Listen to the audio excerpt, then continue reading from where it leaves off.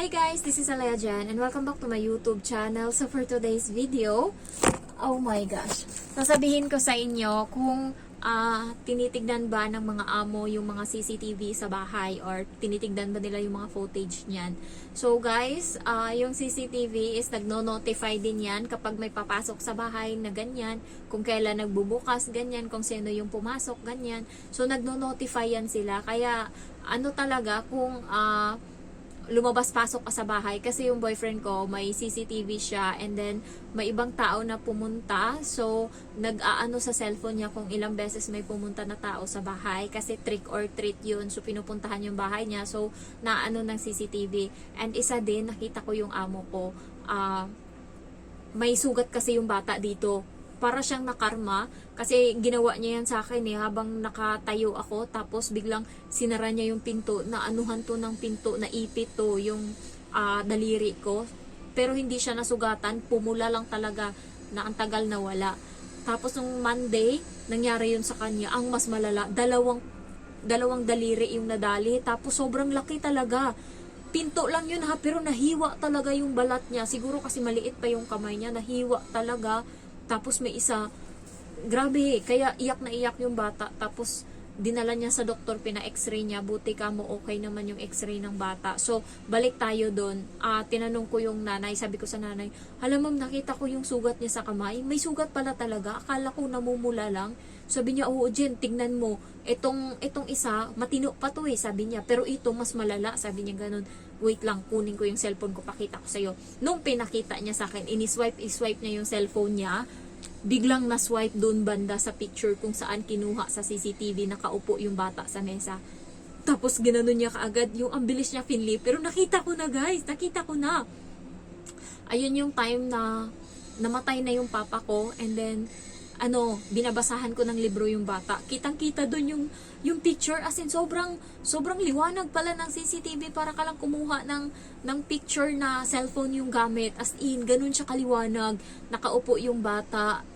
Tapos ako may hawak na libro, tapos hindi ko na masyadong napansin, basta ang nakafocus ako sa bata, tapos biglang napahinto ako ba, akala ko video okay lang, ganun, nakakakuha din pala sila ng picture. Kaya kayo, wag nyo na subukan na manakit ng bata or sa harap ng CCTV, kasi nakakatakot pala, punyeta.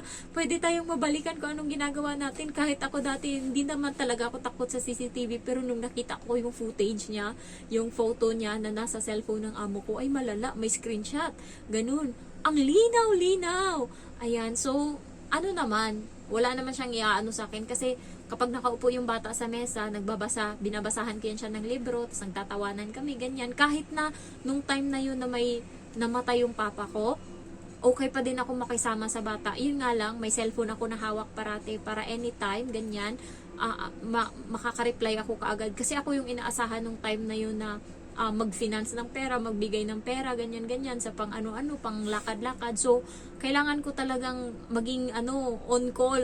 Kaya nakita ng amo ko, nahawak ko yung cellphone.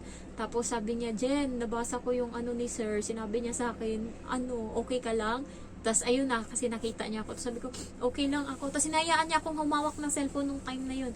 Hindi naman niya ako pinipigilan, pero nahiya lang ako. Pero nung time na yun, nilagay ko talaga sa bulsa ko yung cellphone para anytime talaga makakatawag ako doon sa amo ko. Ay, sa parents ko. Or sa parent ko na, kasi isa na lang siya. So, yun guys, yung CCTV is meron nga palang picture. So, ibig sabihin, yung pinasa ng amo ko is picture ko nang lumabas ako dito na nakasuot ako ng skirt. Nung time na yun, bago pa lang ako, parang 2 weeks na day off ko yun, pangalawang day off ko yun, tas nakaskirt ako, tas parang iniisip niya siguro magpo-pokers ako sa labas kasi ba't ganun yung ayos ko. Pero nasanay na siya na ganun lang talaga ako mag-ayos, na lang talaga, kikay lang talaga ako mag-ayos. So sa kanya hindi na big deal yun. Minsan nga nakikita niya na akong naka-short, pero talagang respeto din ba, pagka alam ko na nandyan sila, nagpapantalon ako, pero pag wala, yun, lumalabas ako naka-short para hindi madami yung labahan ko. Yun lang naman yung inaano ko, kaya ako naka-short kasi yung labahan, ayoko maglaba ng pantalon kasi nakakapagod, mabigat. So ayun, ingat-ingat kayo sa mga CCTV. Huwag niyong ini-small yung mga CCTV sa bahay. Isa din kasi yan sa magiging panlaban natin pag may ginawa silang hindi maganda sa atin, maltrato, ganyan. Pwede din yung pulis manghingi ng copy niyan, ng footage sa kanila. So, wala silang magagawa kundi mag-comply. Kaya, ayun, mas okay din na may CCTV sa bahay para nababantayan both ng kilos mo at kilos ng amo mo kung may gagawin silang masama. So, yun, mas maganda yung may CCTV. Tsaka, nakikita nila hindi magsisinungaling yung bata. So, kahit naman may CCTV dyan, ganun pa din ako makitrato sa bata.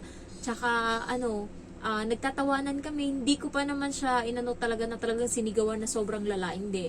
Yung pagalit lang. Alam nyo, tawag ko kasi sa alaga ko, Emma Wu. Pagkagalit ako, pagkaganyan yung tawag ko, ibig sabihin, galit na ako. Kung anong ginagawa mo dyan, tigil mo yan. Tinatawag na kita, kumain ka na sa mesa. Ganon yung ibig sabihin nun. Kapag gumanon ako ng salita, kung may ginagawa siyang kalokohan, titigil niya. Kung ganon ako, tas sabi ko kumain na, tas wala pa din. Pag ganon na yung tawag ko, ibig sabihin, pumunta ka na ng mesa kasi magagalit na ako. Tapos, nakita ng amo ko effective yung ganon na tawag. Pagka tumawag ako ng ganyan, sunod agad yung bata. Dati yung tawag niya sa bata, Wo Wing Tong, yung Chinese na pangalan. Pero nung naano niya na, ay, effective pala tong Emma Wu na pangalan, ang bilis-bilis umano ng bata, ang bilis-bilis sumunod. Ay, yan na yung tawag niya ngayon. Ako na ngayon yung walang tawag sa bata kasi nahiya ako, naggayahin din yung tawag niya. So, ang tawag ko ngayon sa bata, no hair. Kasi, yung dito niya, yung yung natin dito, hindi siya makaano niyan, kaya no hair yung tawag sa kanya. Alam niya na yan, no hair, go to the table. Naririnig din ng amo ko, at least iba, ayoko nang ginagaya niya yung tawag ko. Pagka galit ako kasi, pag hindi ako galit, Emma lang. Pagka galit ako, Emma Wu. Ngayon, hindi na, ayoko na ng ganong tawag. Pero kagabi, tinignan ko lang ng masama yung bata, alam niya na yung ibig sabihin nun. Kasi pinapakain ko siya, hindi na ako pwedeng sumama sa kanila sa mesa. Tapos nakita ko naglalaro ng sasakyan na may remote. Tinignan ko siyang masama. Sagot siya sa akin. Hindi pa nga ako nagsalita. Tinignan ko lang. Sabi niya, walang naglagay ng manok sa mangkok ko. So, paano ako kakain? Sabi ko, ganun ba? Dali, halika rito. Halika rito, kain ka na. Sabi ko, ganun. Kasi nandyan yung amo ko. Kumain ka na. Ako na maglalagay. So, natakot na yung bata sa akin. Alam niya na yung mga tinginan ko kapag galit ako. So, ayun lang guys. Mas maganda din pag may CCTV kasi both na may protection tayo and may protection sila. So, advantage and disadvantage. Kasi minsan, ayun nga, nagchichika-chika sila, tas sinishare nila yung mga video or mga photo natin sa CCTV, ganyan. Pero sa akin, okay. Yung amo ko na lang nagsawa minsan, binubunot niya yung doon sa may computer area tsaka sa kwarto nila.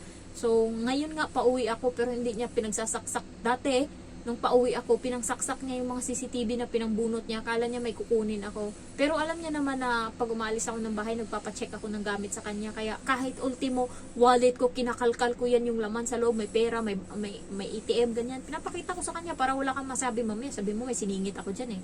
So, ayun lang guys. Thank you for watching and I love you all. Bye-bye.